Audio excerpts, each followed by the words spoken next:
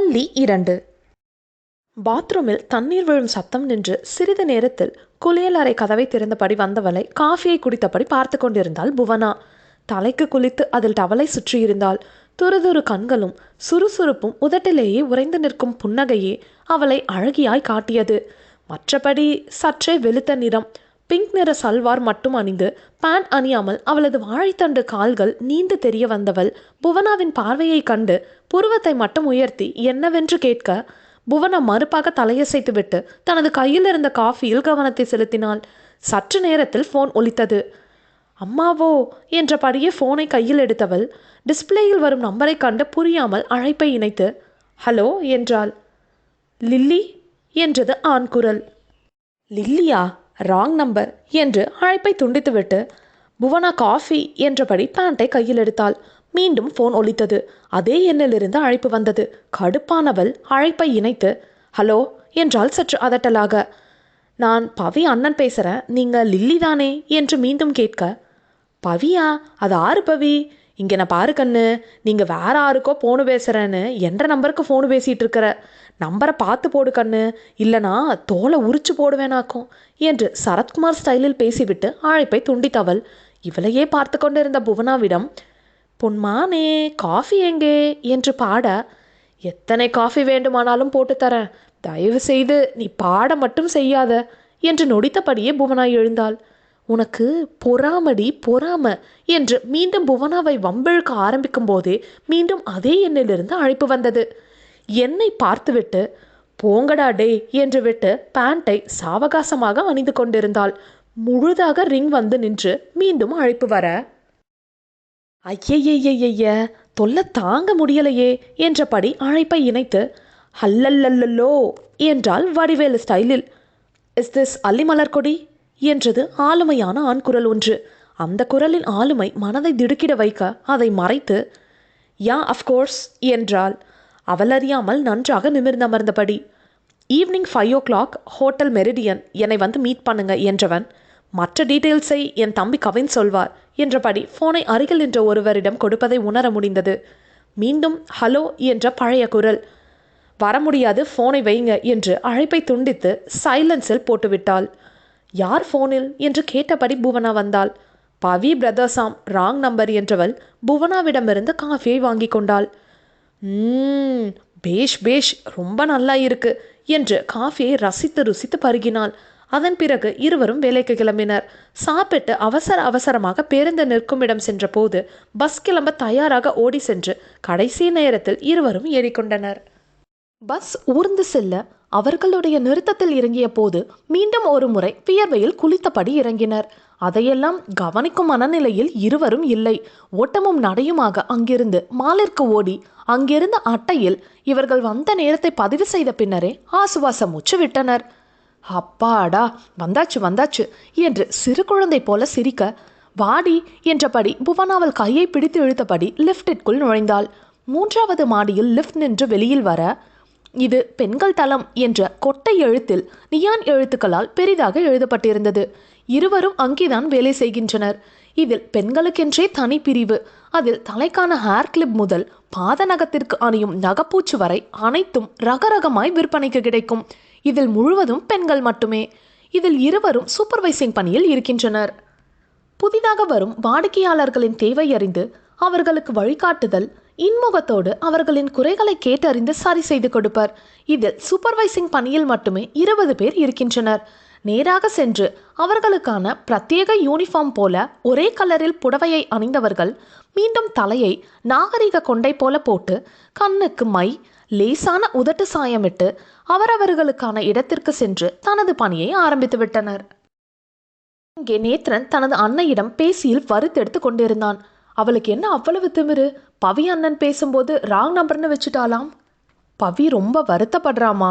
உங்க தங்கச்சியை நினைத்தால் பயமாய் இருக்குன்னு சொல்றா.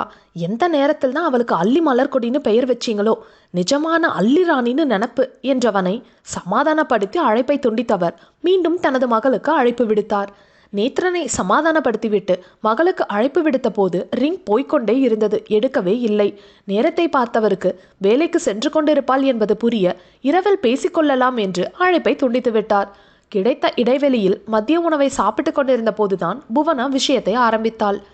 கையல் ஃபீஸ் விஷயத்தை அம்மா ஞாபகப்படுத்த சொன்னாங்க என்றவள் சற்று இடைவெளி விட்டு, மலர், நேத்ரன் யாரையோ காதலிக்கிறான் போல என்றாள் டிஃபன் பாக்ஸை திறந்தபடி.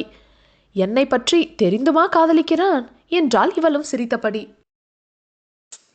விளையாட்டு போதும் மலர், காலையில் அம்மா ஃபோன் பேசும்போது இதை பற்றி உன்னிடம் பேச சொன்னாங்க. நேத்ரன் விரும்புகிற பொண்ணு உனக்கு ஃபோன் செய்யும்னு அம்மா சொன்னாங்க எனும்போதே, எனக்கு எல்லாம் தெரியும்கா, வீட்டிலிருந்து தானே வந்தேன், என்னிடம் விஷயத்தை சொல்லவில்லை என்றாலும் கண்ணு காதெல்லாம் இருக்கே, கவனிக்காமலையாவா இருந்திருப்பேன் என்றால் வேக வேகமாக சாப்பிட்டபடியே. சாப்பிடும் வேகத்திலேயே அவளின் பசி அறிந்து அதற்கு மேல் சாப்பிட்டு முடிக்கும் வரை புவனா பேச்சை எடுக்கவில்லை. தானும் உண்ண ஆரம்பித்தாள். அப்போது அங்கே வந்த மேனேஜர், மலர், புவனா 2 பேரும் ஈவினிங் வெயிட் பண்ணுங்க, நடிகை அனாமிகா அவங்க மேரேஜுக்கு பர்ச்சேஸ் பண்ண வராங்க என்றார்.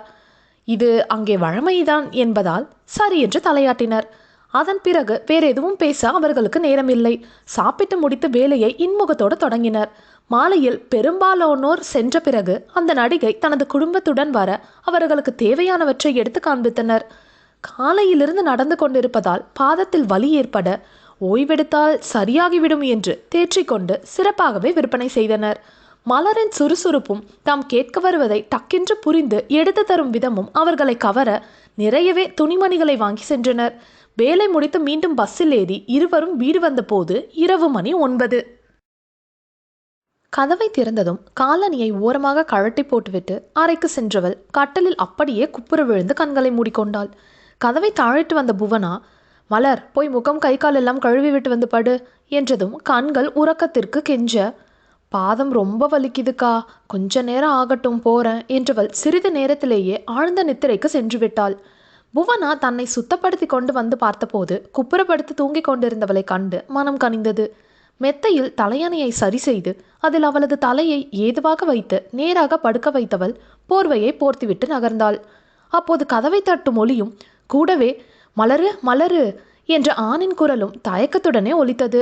குரலை அடையாளம் கண்ட புவனா பட்டென்று கதவை திறந்தவள் அவன் கையில் இருந்த பொருளை பார்த்ததும் தீயாக முறைக்க ஆரம்பித்தாள். அது அது என்று தயங்கியபடியே அவளை பார்த்தான். புவனாவின் பார்வையில் எந்த மாற்றமும் இல்லை. பார்வையின் வீச்சை கண்டு பயத்தில் எச்சில் கூட்டி விழுங்கியவன் தலையை குனிந்து கொண்டு கையில் இருந்த பையை அவள் முன் நீட்ட, உங்களுக்கு வெட்கமா இல்லையா குமார், இதை வாங்கி கொண்டு வரீங்க, அவ என்ன குழந்தையா என்று எகிரினாள். இல்லைங்க என்று பயத்தில் திணறியவன் பின்பு தண்ணி குடிக்க வேணும் என்றான். ஏகத்துக்கும் அவனை முறைத்துவிட்டு உள்ளே சென்று குவளையில் தண்ணீர் எடுத்து கொண்டு வந்த போது குமார் அங்கே இல்லை. கதவின் அருகே அவன் எடுத்து வந்த பை மட்டும் இருந்தது. எதையோ முணங்கியபடியே கதவை தாழிட்டவள் அந்த பையை ஓரமாக எடுத்து வைத்துவிட்டு வந்தபோது டப்பென்று ஏதோ விழும் சத்தம் கேட்க திரும்பி பார்த்தாள். மலரிடமிருந்து ஃபீடிங் பாட்டில் கீழே விழுந்திருந்தது. தூக்கத்திலேயே நன்றாக சப்பு கொட்டி குடித்துவிட்டு மீண்டும் ஆழ்ந்த உறக்கத்திற்கு மலர் சென்றுவிட நர நரவென்று பல்லை கடித்த புவனா, டே டொமாரு என்று கோபத்தில் சத்தமிட்டபடி மீண்டும் கதவை திறந்து வெளியே சென்று பார்க்க ஆட்டோ வேகமாக புகை கிளப்பியபடி சென்றுவிட்டது. நாளைக்கு வச்சுக்கிறேன்டா கச்சேரிய என்றபடி புடவை முந்தானையை உதறி இடுப்பில் சொருகியவள் மீண்டும் உள்ளே சென்று கதவை வேகமாக அடைத்தவள். எல்லாம் என் தலையெழுத்து, இந்த கன்றாவியெல்லாம் என் கண்ணால் பார்க்கணும்னு. உலக்க மாதிரி இருக்கிற பிள்ளைக்கு எவனாவது ஃபீடிங் பாட்டிலில் ஹார்லிக்ஸ் கொண்டு வந்து கொடுப்பானா? கேட்டால் அந்த அம்மாவுக்கு ஹார்லிக்ஸ் வாசனை பிடிக்கலையாம், குடிக்க மட்டும் நல்லா இருக்கு போல என்று புலம்பியபடியே பாட்டிலை எடுத்து கட்டிலருகே வைத்துவிட்டு அடுக்கலைக்குள் சென்றாள். புவனாவின் சப்தத்தில் லேசாக விழித்தவள் அருகில் இருந்த பாட்டிலில் மீதமிருந்த பாலையும் போர்வையை தலைவரை மூடிக்கொண்டு குடித்துவிட்டு அதே இடத்தில் வைத்துவிட்டு சப்தமிடாமல் உறங்க ஆரம்பித்தாள். உறவுகள் பணத்திற்காக இருக்க பாசத்திற்காக அழையும் சொந்தமில்லா உறவுகளின் கூட்டமோ? பொறுத்திருந்து பார்ப்போம்.